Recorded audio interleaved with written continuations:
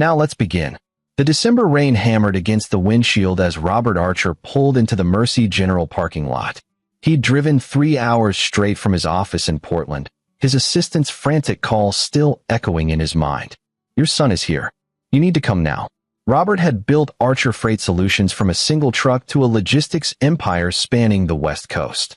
He'd moved everything from medical supplies to classified government cargo, built relationships with people who owed him favors, and learned that information was the most valuable commodity of all. But none of that mattered when he saw the battered white van in the corner of the lot, condensation fogging its windows. He'd been estranged from Marcos for 2 years. Not by choice.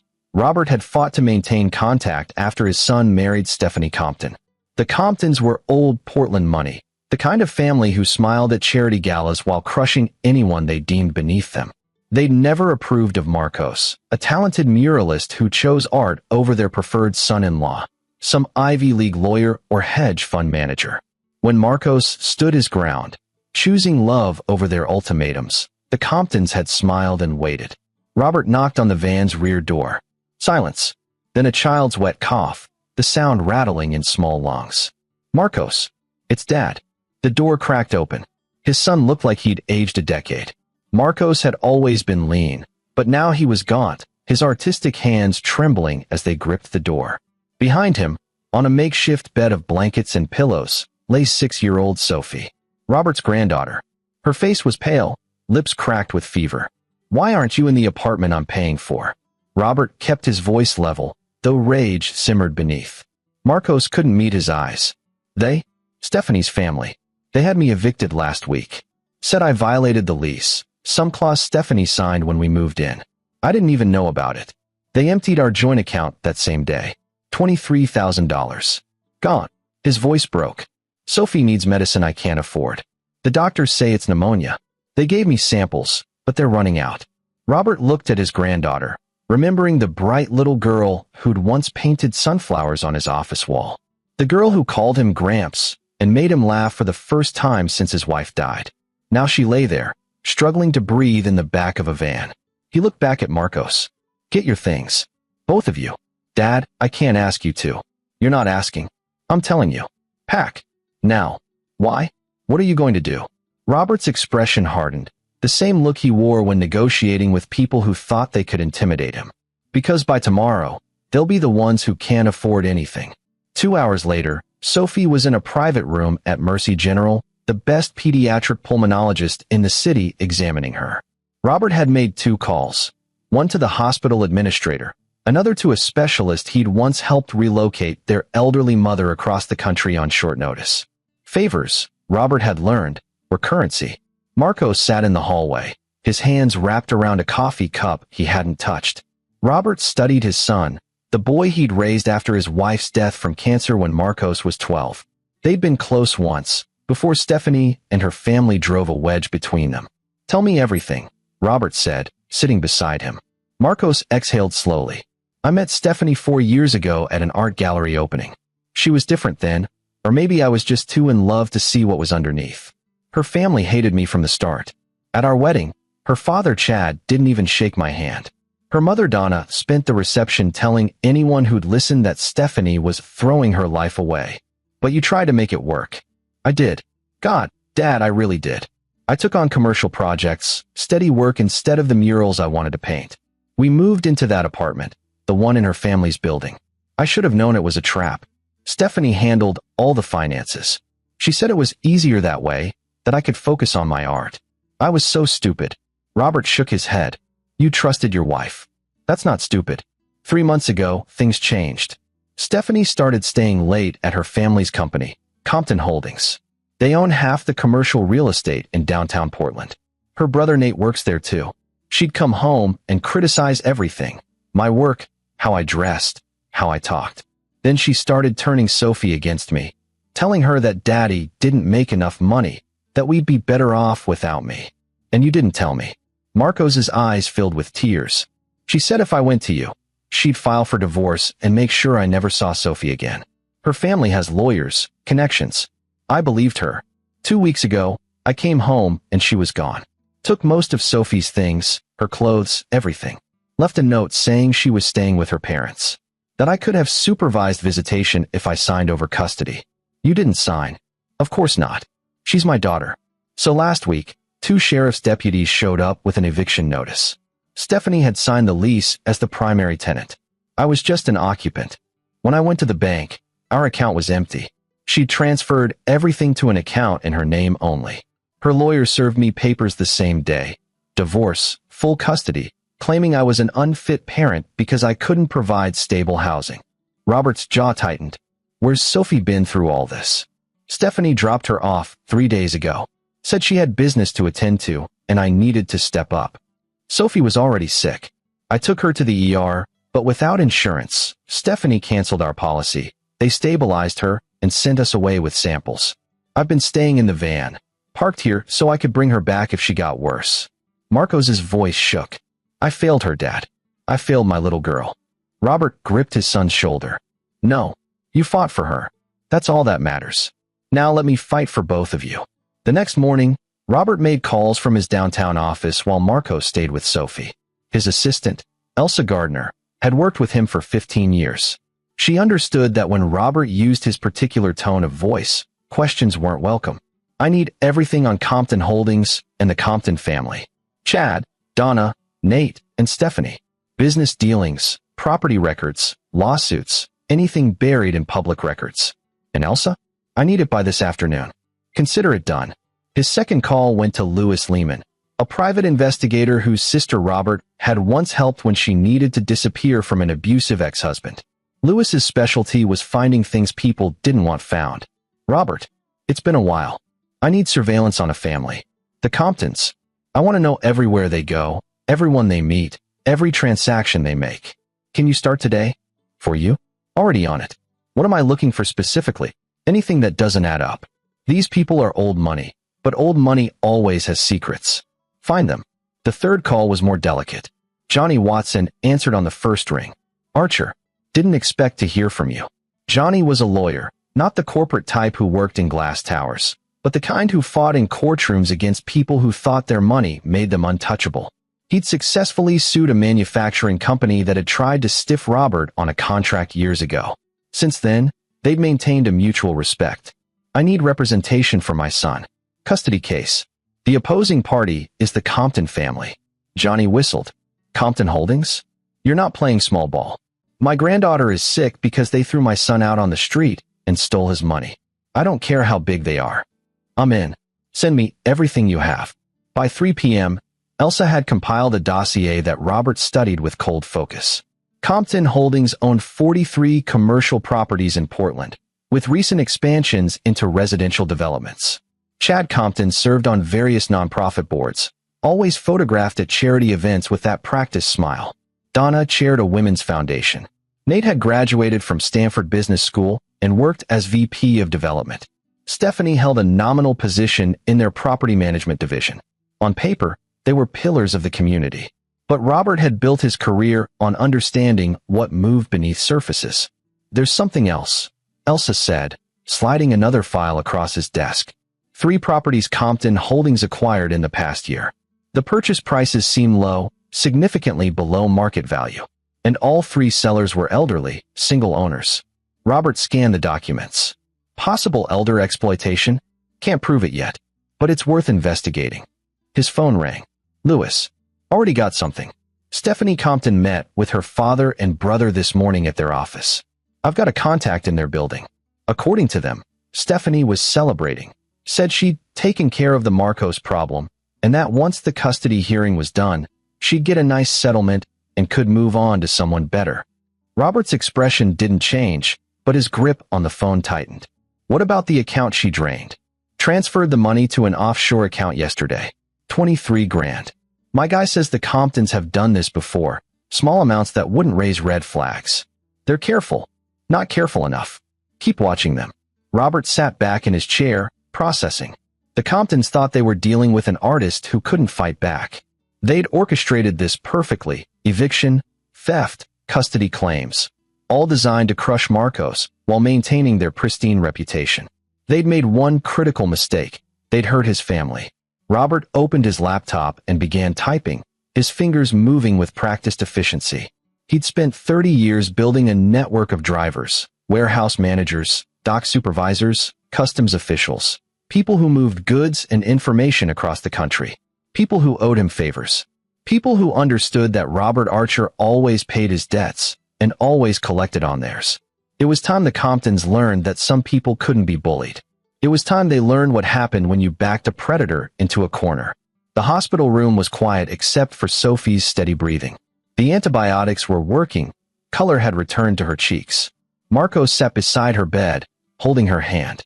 Robert entered with coffee and a folder. "She's getting better," Marcos said, relief evident in his voice. "She is. The doctor says she'll be released in 2 days." Robert handed him the coffee. "We need to talk about what comes next. The custody hearing is in 3 weeks. Stephanie's lawyer sent over her demands. She wants full custody, child support, and she's claiming I'm psychologically unstable because I was homeless. She won't get any of that." Marcos looked up. "Dad, they have money, lawyers. So do we. Johnny Watson is representing you. He's the best. But more importantly, the Comptons made tactical errors. They moved too fast, got too confident." Robert opened the folder. The eviction was based on a lease clause that may not be legally enforceable. The joint account they drained, that's financial abuse. Stephanie abandoning Sophie with you while she was sick, then claiming you're unfit? That's ammunition for us. But will it be enough? It's a start. The Comptons think they're fighting an artist with no resources. They don't know about me yet, and they won't until it's too late.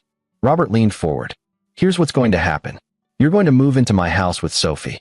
You'll get documentation of every conversation, every interaction with Stephanie. Johnny will file for emergency custody based on Stephanie's abandonment and your current stable housing situation. What are you going to do?" Robert smiled, but it didn't reach his eyes. "I'm going to make sure that when this is over, the Comptons regret the day they decided to destroy my family." "Dad, don't do anything illegal. I won't have to. People like the Comptons always have skeletons. I'm just going to open the closet door and let them fall out." He stood. "Get some rest. Tomorrow, you and Sophie come home with me. And Marcos? This ends with her in your arms, safe and healthy. I promise you that." After Robert left, Marcos looked at his sleeping daughter. For the first time in months, he felt something he'd almost forgotten: hope. In his office that evening, Robert made one more call. This one to Art Schaefer, a forensic accountant who'd helped him untangle a competitor's fraudulent billing scheme years ago. "Art, I need you to audit a company for me. Compton Holdings. I'm looking for anything irregular, tax irregularities, questionable transactions, anything that doesn't smell right. Can you do it quietly? Quietly is my specialty. Give me a week." Robert hung up and stared out at the Portland skyline. Somewhere in that glittering expanse, the Comptons were celebrating their victory over Marcos, confident in their power and untouchability. They had no idea the war had just begun, and Robert Archer had never lost a war. The Compton family estate sat in Portland's West Hills, a sprawling property with manicured gardens and views of the city. Inside, Stephanie Compton sat in her childhood bedroom, scrolling through her phone with satisfaction. The divorce papers were filed. The custody hearing was scheduled. Her lawyer assured her it would be a formality. Her mother Donna knocked and entered, carrying a glass of wine. "Feeling better, darling?" "Much. I can't believe I wasted 4 years with him. God, Mother, what was I thinking? You were young. These things happen. The important thing is you're free now, and Sophie will grow up properly." Donna sat on the bed. "Your father and Nate have been discussing your future. There's that lawyer, the Henriksen boy. Quite successful, from a good family. We thought perhaps dinner next week." Stephanie smiled. "That sounds perfect." Downstairs, Chad and Nate Compton reviewed documents in the study. Chad poured bourbon, his expression satisfied. "The apartment's already relisted at a higher rate. We'll have new tenants by month's end." Nate nodded. "And Marcos is out of the picture. He doesn't have the resources to fight us.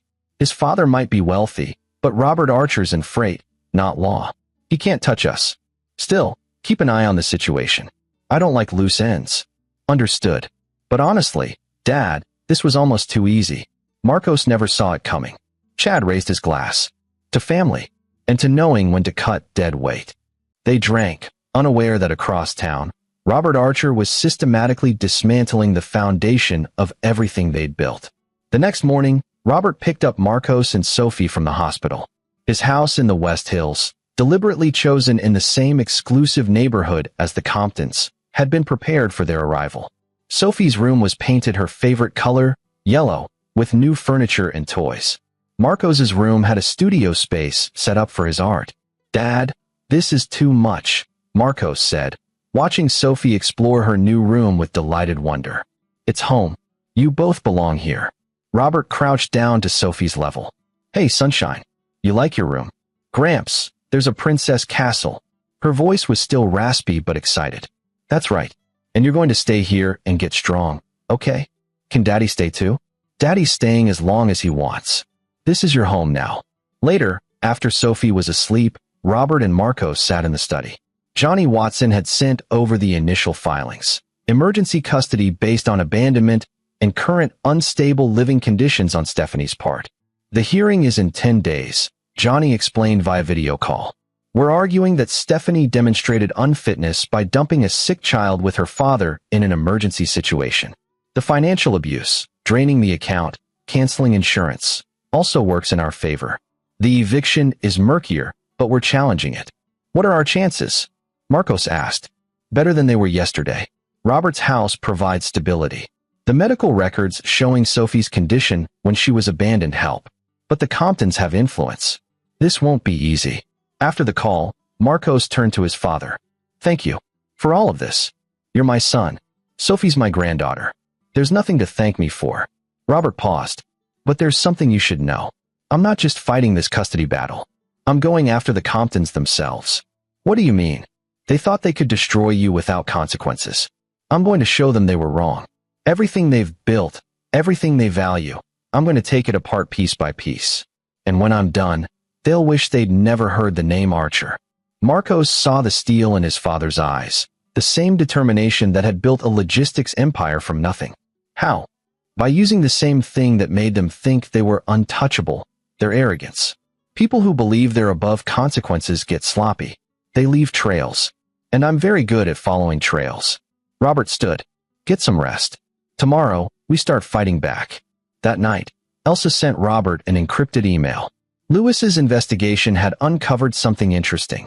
Nate Compton had been making regular visits to a commercial property Compton Holdings didn't own. The property was listed under a shell company, but the timing of the visits, always late at night, raised questions. Robert forwarded the information to Art Schaefer with a simple note: "Dig deeper." The Comptons had no idea the walls were already closing in, and Robert Archer was just getting started. 3 days later, Art Schaefer called with news. "Robert, you were right to be suspicious. Compton Holdings has a pattern of acquiring properties below market value from elderly sellers. I found 7 in the past 3 years. In each case, the seller was single, over 70, and died within 6 months of the sale." Robert's blood went cold. Natural causes? On paper, yes. But the pattern is concerning. All 7 signed over power of attorney to a care manager shortly before the sales. That care manager works for a company owned by Donna Compton. Elder abuse. Almost certainly, but proving it requires more than patterns. We'd need testimony from families, medical records, evidence of coercion. These cases are hard to prosecute. What about the shell company Nate's been visiting? Still digging, but I found something else. Compton Holdings is leveraged heavily, much more than their public filings suggest. They've been taking high-interest loans from private lenders to fund their expansion. If their cash flow got disrupted, they'd be in serious trouble. Robert absorbed this. The Comptons weren't as financially secure as they appeared, and if they were involved in elder abuse, that was both morally reprehensible and legally actionable. "Keep digging. I want everything." His next call was to Lewis. "The property Nate's been visiting. Can you get inside? Already ahead of you. It's a warehouse in the industrial district. No cameras inside, but I've got exterior surveillance. Whatever he's doing there, he doesn't want it documented. Drugs? Stolen goods? Can't tell without getting inside. But I've got a guy who might be willing to take a look. Former warehouse worker, knows the layout. For the right price, he can get us photos. Do it, but tell him to be careful. If this goes sideways, I don't want anyone getting hurt." "Understood." Robert hung up and reviewed his strategy. The custody hearing was in 6 days. Johnny was building a strong case, but the Comptons had influence with local judges. Robert needed leverage, something so damaging that they'd back off rather than risk exposure. The elder abuse pattern was promising, but proving it would take time. The warehouse could be the key. If Nate was involved in something illegal, that would shake the family's reputation and potentially draw a criminal investigation. But Robert needed more. He needed something immediate and irrefutable. His phone buzzed. A text from Johnny, Stephanie's lawyer requesting meeting. Says she wants to discuss terms before hearing. Robert smiled grimly. They were getting nervous. The meeting took place in a neutral conference room downtown. Stephanie sat with her lawyer, a polished woman named Michelle Schroeder who specialized in high-net-worth divorces. Marcos sat with Johnny and Robert, who'd insisted on attending despite Michelle's objections. Mr. Archer isn't a party to these proceedings, Michelle said coolly. Mr. Archer is providing housing and support for his son and granddaughter, Johnny replied. He has every right to be here. Stephanie looked uncomfortable, her eyes flicking between her lawyer and Robert. She'd expected a broken Marcos, alone and desperate. Instead, she faced a united front. Let's get to the point, Michelle said. My client is willing to reduce her custody demands to joint custody, with primary residence going to her. In exchange, Mr. Archer withdraws all claims of financial abuse and abandonment. Johnny didn't even glance at his notes. Your client abandoned a sick child with her father, drained their joint account, and canceled their health insurance. She has no leverage here. We're seeking full custody with supervised visitation for Mrs. Archer. Michelle's expression hardened. The Compton family has significant resources. Dragging this into a prolonged court battle won't benefit anyone, especially the child. Is that a threat? Robert asked quietly. It's a reality. The Comptons can outlast any opponent financially. It would be prudent to settle now on reasonable terms. Robert leaned forward, his voice calm but edged with steel. Let me explain something to you and your client. I built my company from nothing. I've negotiated with union bosses, government bureaucrats, and corporate raiders. The Comptons don't intimidate me. So here's my reality. We're taking this to court.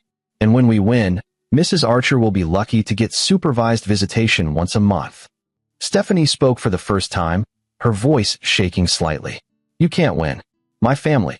Your family is going to have bigger problems soon, Robert interrupted. Much bigger problems than this custody case. Michelle stood abruptly. I think we're done here. We'll see you in court. After they left, Marcos exhaled. That was intense. They're scared, Johnny observed. Offering joint custody this early means they're worried about the abandonment angle. We've got them on the defensive. Robert said nothing, his mind already moving to the next phase. Stephanie's nervousness had been telling.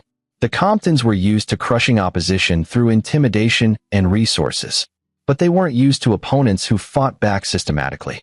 That evening, Lewis called with an update. My guy got into the warehouse. Robert, you're not going to believe this. It's full of construction materials, copper wire, expensive fixtures, high-end appliances.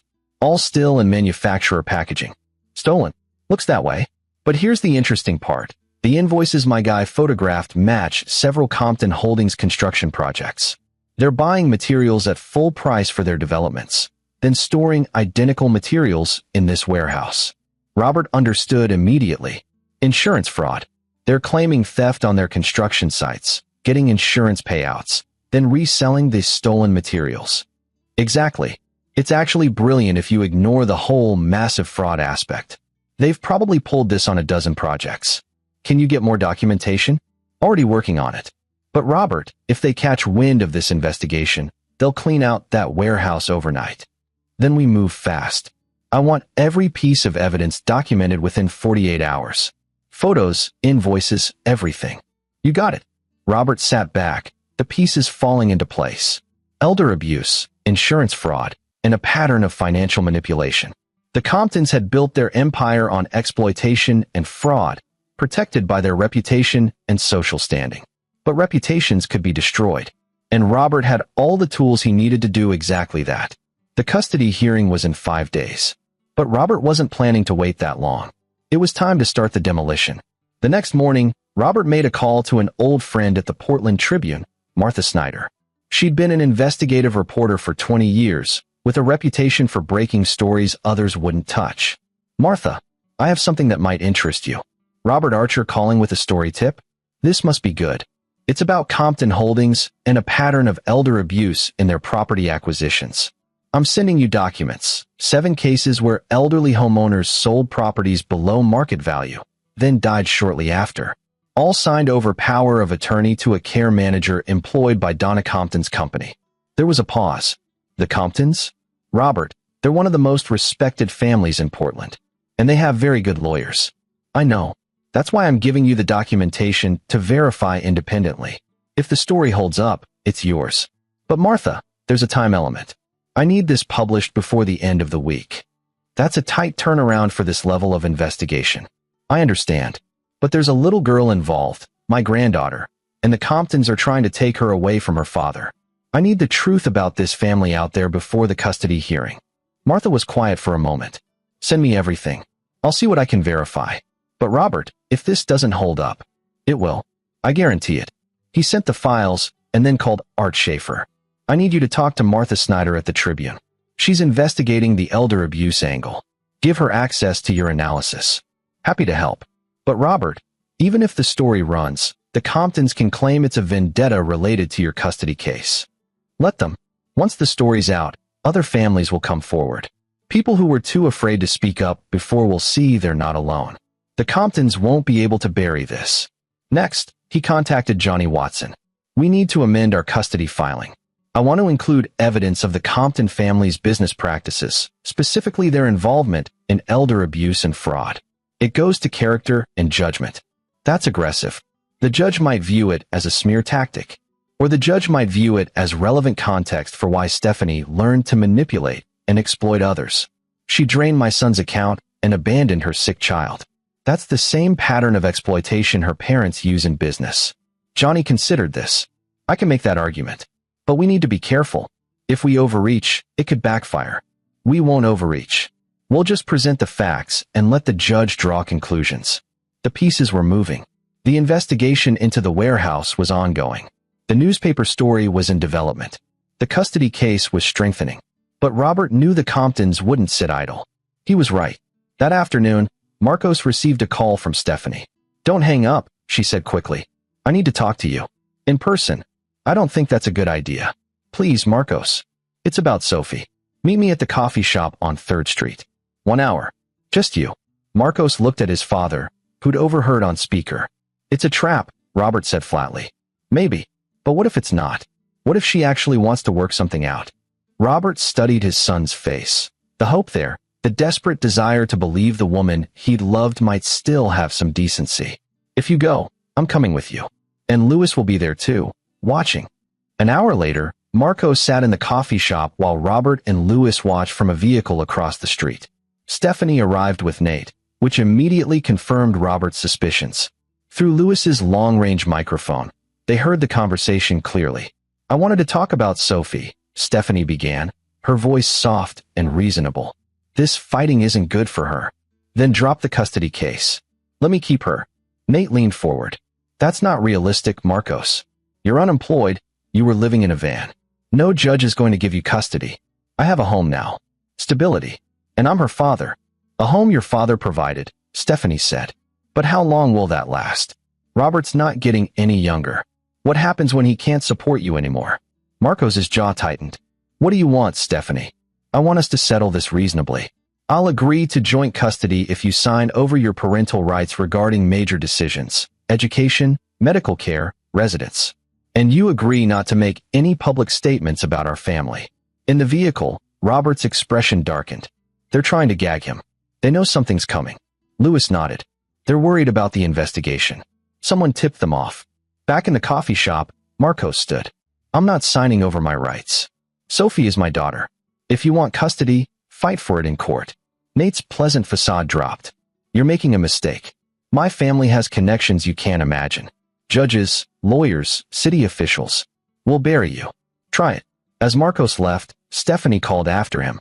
You're going to lose her, Marcos. And it'll be your fault. Robert watched his son walk out with his head high, proud of him. Then he turned to Louis. They're panicking. Double the surveillance. I want to know every move they make. That evening, Martha Snyder called. Robert, I've verified 4 of the 7 cases. Families of the deceased sellers are willing to talk. Some were suspicious but didn't know what to do. One daughter tried to file a complaint with Adult Protective Services but was told there wasn't enough evidence. When can you publish? I need 2 more days to lock down the remaining cases and get legal review. This is going to explode, Robert. The Comptons will come after me and the paper. Can you handle it? With what I've got? Absolutely. This is the kind of story that ends careers, or makes them. Then run with it. And Martha? Thank you. Don't thank me yet. Let's see if I still have a job next week. 2 days later, the Tribune ran the story on the front page. Prominent Portland family linked to elder abuse in property deals. The article detailed the pattern of questionable sales, the connection to Donna Compton's care management company, and included heartbreaking interviews with families who felt their elderly relatives had been manipulated. The response was immediate and explosive. The Compton family went into crisis mode. Chad held an emergency meeting with their lawyers and PR team. The conference room at Compton Holdings buzzed with tension. This is a hit piece orchestrated by Robert Archer, Chad insisted. It's retaliation for the custody case. Their lead attorney, a sharp-eyed man named Ed Baker, shook his head. The timing is suspicious, but the documentation is solid. The Tribune verified its sources. We can't dismiss this as fabrication. Donna looked pale, her usual composure shaken. I've done nothing wrong. The care management company provides legitimate services. If some families feel their relatives were coerced, that's unfortunate, but it's not criminal. It will be if the DA decides to investigate, Ed replied. And with this kind of publicity, they'll have to at least look into it. Nate slammed his hand on the table. This is exactly what Archer wanted. Destroy our reputation so we look bad in the custody hearing. It's working, Stephanie said quietly. I've had 3 friends text me this morning asking if the story is true. People are talking. Chad stood, his face flushed with anger. We hit back. Hard. File a defamation suit against the Tribune and Robert Archer. Drag him into court. Make him regret ever crossing us. Ed held up a hand. That's a terrible idea. It would look like we're trying to silence legitimate journalism. And if we sue Archer, his lawyers will get discovery access to all your business records. Do you really want that? The room fell silent. What do we do? Donna asked finally. We contain the damage. Issue a statement denying any wrongdoing. Emphasize your charitable work, and hope this blows over before the custody hearing. But it didn't blow over. By that afternoon, 3 more families had come forward with similar stories. The district attorney's office announced a preliminary review, and Adult Protective Services opened an investigation into Donna's care management company. At Robert's house, Marcos watched the news coverage with a mixture of shock and guilt. Dad, I didn't want you to destroy them. I just wanted Sophie back. Robert turned off the television. I didn't destroy them. They destroyed themselves through years of exploitation. I just made sure people knew the truth. He placed a hand on his son's shoulder. The Comptons have hurt a lot of people, not just you and Sophie. They deserve to face consequences.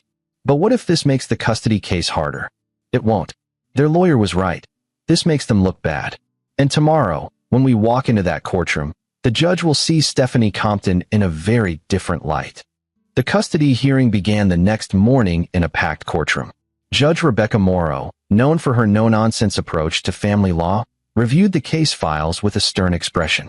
Stephanie sat with Michelle Schroeder, looking polished and composed despite the media circus surrounding her family. Marcos sat with Johnny and Robert, who'd been allowed to attend as a support person. Johnny opened with a straightforward presentation of facts. Stephanie's abandonment of Sophie while the child was ill, the drained joint account, the canceled insurance, and the eviction that left them homeless. Medical records documented Sophie's condition.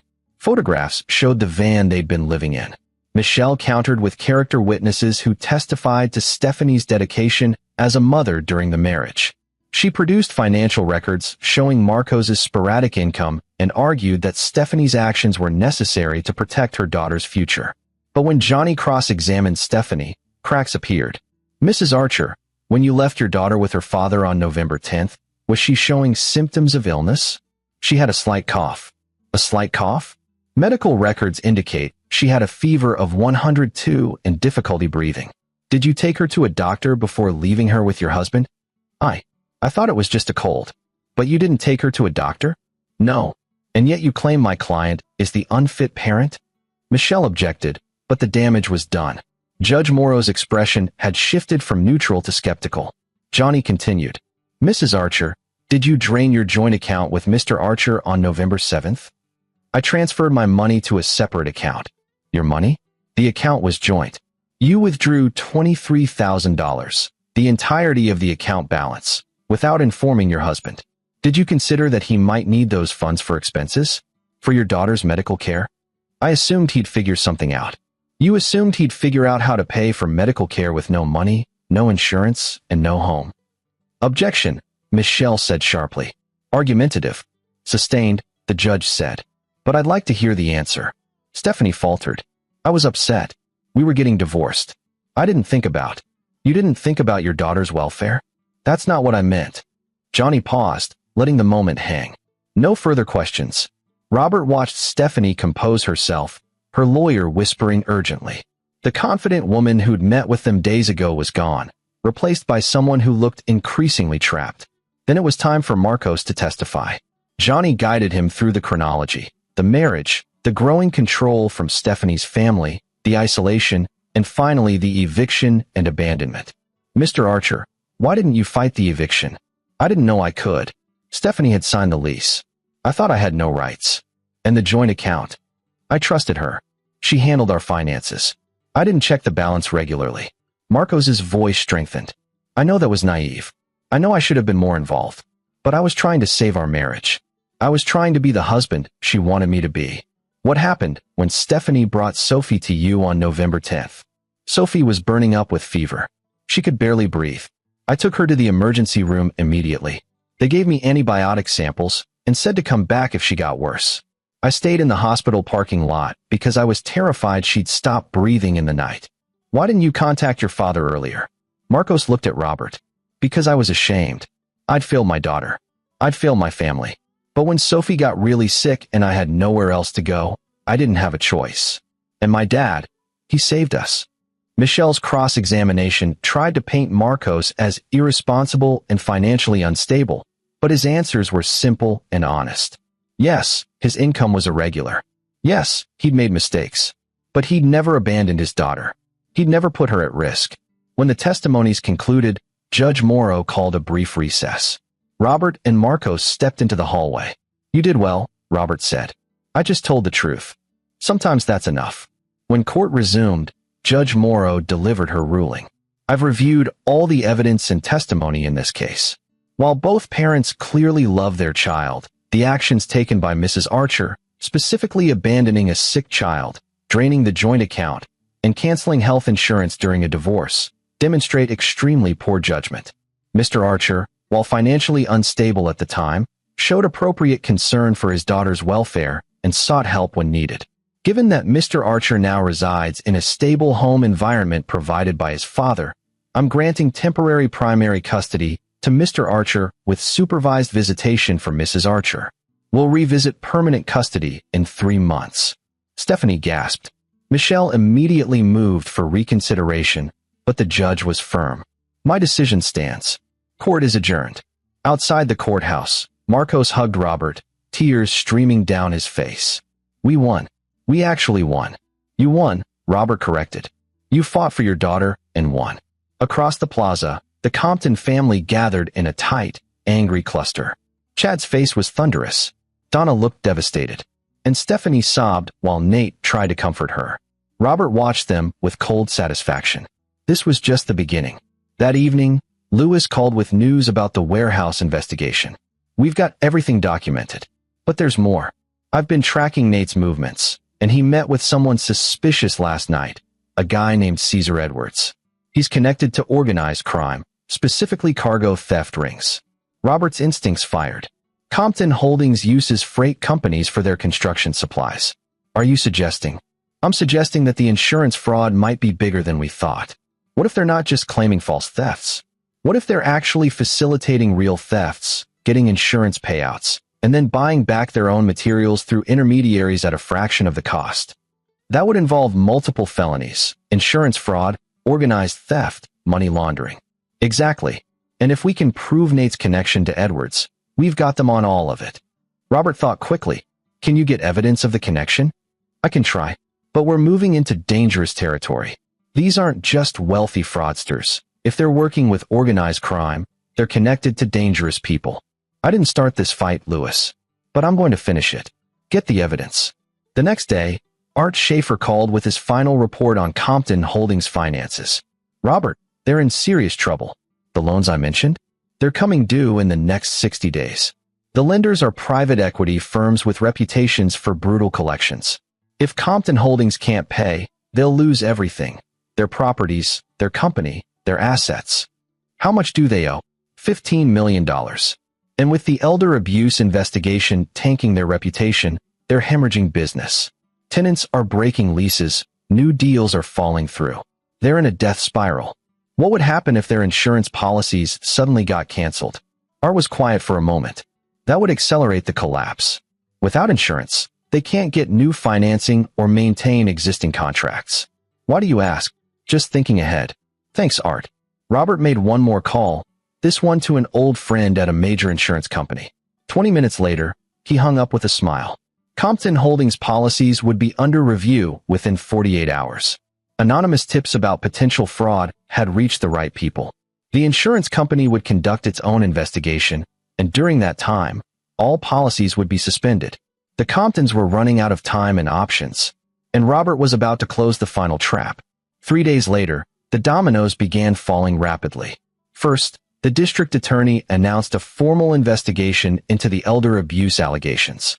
2 families filed civil suits against Donna Compton's care management company. Adult Protective Services revoked the company's license pending review. Second, Compton Holdings Insurance Company suspended their policies and launched a fraud investigation based on irregularities in multiple theft claims. Third, the Portland Tribune ran a follow-up story connecting Nate Compton to known associates of cargo theft rings, complete with photographs of him meeting with Caesar Edwards. Chad Compton called an emergency board meeting at Compton Holdings. The conference room was tense, several board members notably absent. This is a coordinated attack, Chad insisted. Robert Archer is behind all of it. The newspaper stories, the investigations, everything. Ed Baker, their attorney, looked exhausted. Even if that's true, the evidence is real.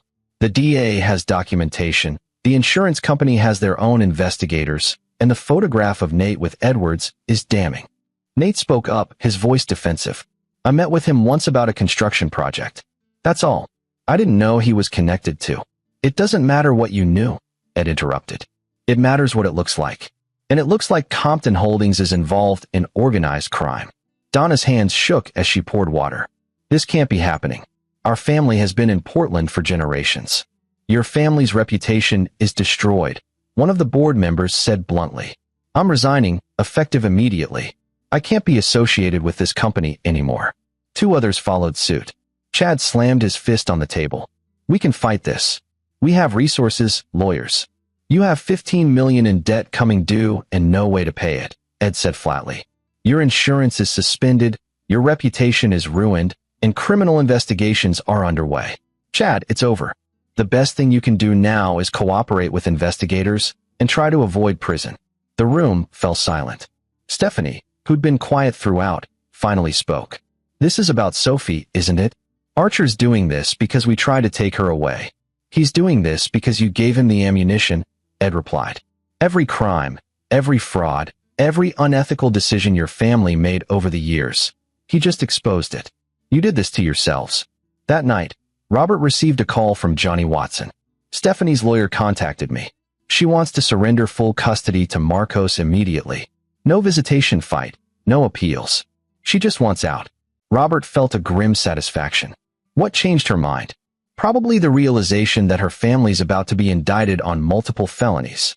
She can't fight a custody battle from prison. Plus, I think she genuinely didn't understand how bad things were until now. Get it in writing. I want this locked down before she changes her mind. Within 24 hours, the custody agreement was signed. Sophie was legally Marcos's daughter, with Stephanie relinquishing all parental rights voluntarily. When Marcos told Sophie that she'd be staying with him and Gramps forever, the little girl threw her arms around his neck. Forever and ever, sunshine. Robert watched from the doorway, feeling the first true peace he'd had in weeks. His family was safe. His granddaughter was home. But the Comptons' reckoning wasn't finished yet. The final collapse came swiftly. Federal investigators, alerted by the insurance fraud case, began examining Compton Holdings' financial records. They discovered a web of illegal activities: the insurance fraud scheme, kickbacks from contractors, money laundering through shell companies, and connections to organized crime. Chad and Nate were arrested and charged with multiple felonies. Donna faced charges related to the elder abuse scheme. Stephanie, who'd been peripherally involved in the family business, was offered immunity in exchange for testimony. The Compton estate was seized as proceeds of criminal activity. Their properties went into receivership. The company that had dominated Portland real estate for decades was dissolved, its assets sold to pay debts and restitution to victims. Martha Snyder won a journalism award for her investigative series. The families of the elderly victims received settlements from the company's remaining assets. And Adult Protective Services implemented new oversight regulations for care management companies. Robert stood in the courtroom when Chad and Nate were sentenced. Chad received 8 years for fraud and racketeering. Nate got 12 for his direct involvement with organized crime. Donna, who'd cooperated with investigators, received 5 years probation and was banned from any role in elder care. As they were led away, Chad looked across the courtroom and met Robert's eyes. The recognition there was clear. He understood now who had orchestrated his downfall. Robert held his gaze steadily, no triumph in his expression, just cold certainty that justice had been served. Outside the courthouse, Marcos waited with Sophie. "Is it over?" Marcos asked. "It's over," Robert confirmed. "I still can't believe everything that happened. How they just collapsed. They built their empire on exploitation and fraud. Empires like that always fall eventually. I just helped it happen a little faster." Robert looked at his son. "What matters now is moving forward. You have Sophie. You have your art. What are you going to do with it?" Marcos was quiet for a moment. "I want to start painting again. Real painting, not just commercial work. Sophie's been asking me to teach her." "Then teach her. Show her that creating something beautiful is its own reward. That integrity matters more than money or status. You showed me that too, Dad. I'm sorry it took me so long to remember." Robert pulled his son into a hug. "You never forgot. You just needed reminding." 6 months later, Marcos held his first gallery opening in 10 years. The paintings reflected his journey, the darkness of loss and betrayal, the light of redemption and family. Sophie's small painting of sunflowers hung in a place of honor, labeled Artist, Sophie Archer, age 6. The gallery was packed with friends, art collectors, and media. Robert stood in the back, watching his son bask in well-earned recognition. Louis Lehman approached with a beer. "Quite a turnout. Marcos is talented. People are finally seeing it. You know the Comptons appealed their sentences?" "I heard. They'll lose." "You sound certain." "I am. The evidence was overwhelming, and they have no leverage left. They're done." Robert took a sip of his drink. "How's your sister?" "Thriving. She asks about you sometimes. Says you saved her life." "I just helped her start over." "She saved herself. Same thing you did for Marcos." Robert shook his head. "Marcos saved himself. And Sophie, he just needed the opportunity to do it." As the evening wore on, Sophie tugged on Robert's hand. "Gramps, did you see my painting?" "I did. It's beautiful. Daddy says I'm going to be a great artist someday." "I believe him. Will you help me paint more sunflowers tomorrow?" Robert crouched down to her level. This little girl who'd been so sick and scared months ago, now healthy and happy and full of dreams. "I'd love to." Later, as the gallery emptied and Marcos dealt with collectors interested in his work, Robert stepped outside into the cool Portland evening. His phone buzzed with an email, a quarterly report from Archer Freight Solutions. The company was thriving, expanding into new markets. But for the first time in 30 years, Robert wasn't thinking about business. He was thinking about his son, finding his voice again through art. He was thinking about his granddaughter, learning that the world could be both beautiful and just. He was thinking about the Comptons, facing the consequences they'd evaded for so long. Justice, Robert had learned, wasn't always swift. But when it came, it was absolute. The door opened behind him. Marcos stepped out, his face flushed with success. "Dad, there's someone inside who wants to commission a mural for their building. A big one. 6 figures." Robert smiled. That's wonderful. I couldn't have done this without you. Without everything you did. You would have found your way back eventually. Maybe. But you made sure Sophie and I were safe while I did. You gave us a second chance. Robert put his arm around his son's shoulders. That's what family does. We protect each other. We fight for each other. And when someone threatens what we love, we make sure they understand the cost of that mistake. They stood together in comfortable silence, watching the Portland skyline glitter in the distance. What do we do now? Marcos asked. Now? We go home. Tomorrow, you start planning that mural. Next week, Sophie starts our classes. And the week after that, we take a family vacation, somewhere with a beach and sunshine. That sounds perfect. They walked back inside together, father and son, united by battle and bound by love. The Comptons were gone, their empire reduced to rubble and prison sentences. The victims they'd exploited had received justice. And the Archer family, Robert, Marcos, and little Sophie, had survived, stronger than before. Robert Archer had spent his life moving freight, navigating complex logistics, and solving impossible problems. But his greatest success had nothing to do with business. It was standing here, watching his son thrive and his granddaughter laugh, knowing he'd protected what mattered most. Everything else was just details. And Robert Archer had always been very, very good with details. This is where our story comes to an end. Share your thoughts in the comments section. Thanks for your time. If you enjoy this story, please subscribe to this channel. Click on the video you see on the screen, and I will see you there.